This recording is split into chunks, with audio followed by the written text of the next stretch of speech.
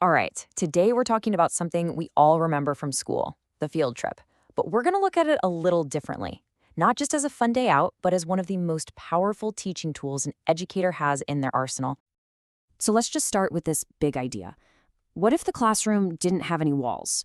Seriously, what if learning wasn't confined to a room, but happened out in the world? That's the mindset right there. That's what takes a field trip from just being a nice break to a truly profound learning experience. Look, we all get it. Field trips are fun, but to make them happen, to get the approvals, to do the planning, we have to be rock solid on the why. So let's dig into the real educational meat behind these trips, the stuff that makes them so incredibly important. At the heart of it all is this concept, experiential learning. And it's pretty simple, really. It means learning by doing. But here's the part people miss. It's also about reflecting on what you've done. You know, a trip to the zoo is great, but the real learning happens in the conversations afterward. That reflection, that's the secret sauce. Think about it this way. You can read about ancient Rome in a history book, sure, but to walk through actual ruins, to see the scale of it all, that makes it real. Field trips build a bridge from the abstract ideas in a textbook to the tangible, messy, fascinating real world. Our brains are just wired this way. We remember things that are new and different. A Tuesday morning math class might fade away, but the feeling of touching a 300-year-old cannon or hearing the echo in a huge cave, that creates a powerful memory. And all the learning that's attached to it gets locked in too. And this one is so important. A field trip can be the first time a student really steps outside of their own little world. It exposes them to different people, different ideas, different ways of life. And that builds empathy. It builds a connection to a world that's bigger than their own neighborhood. And you just can't get that from a worksheet. And don't forget about all the stuff students learn without even realizing they're learning it. They're not just looking at exhibits. They're navigating a new place, managing their time, reading maps, asking questions. These are real-world problem-solving skills, and they're learning them on the fly. Okay, so we're all sold on the why, but the how, well, the how can feel overwhelming. I get it.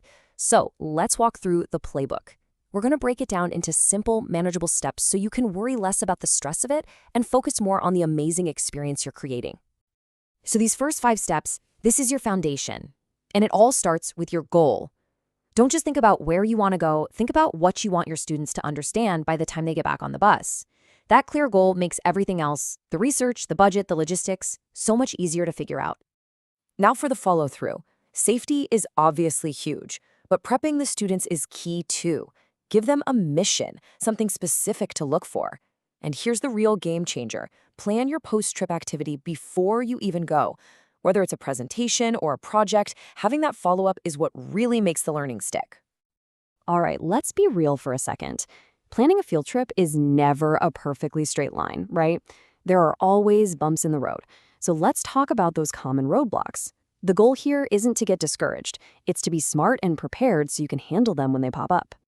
And this is the constant balancing act, isn't it? On one side, you have this incredible opportunity for life-changing learning. And on the other, you have the big 3 hurdles: money, logistics, and safety. They're real, and they can feel like they're stopping you in your tracks. And of course, the list goes on.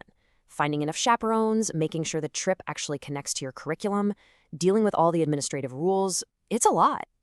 But maybe the most important one on this list is equity. We have to ask ourselves, is this trip accessible and meaningful for every single one of our students? That has to be part of the plan from day one. So you look at all those challenges, and you might think, is it even worth it? Well, let's bring it all home and talk about why the answer is a resounding yes. Let's focus on the lasting impacts, because that's why we push through all those hurdles. When it comes right down to it, it's about this: the effort versus the impact. And yeah, the effort is significant. There's paperwork, there's planning, there's a lot of organizing. But the impact? The impact can be a single day that sparks a student's passion for a lifetime, or finally makes a difficult concept just click. When you see that happen, you know the effort was absolutely worth it. And that really just leaves one final question. It's for you. After thinking about all this, the why, the how, the hurdles, and the huge reward, what's next? What journey, big or small, are you going to plan for your students?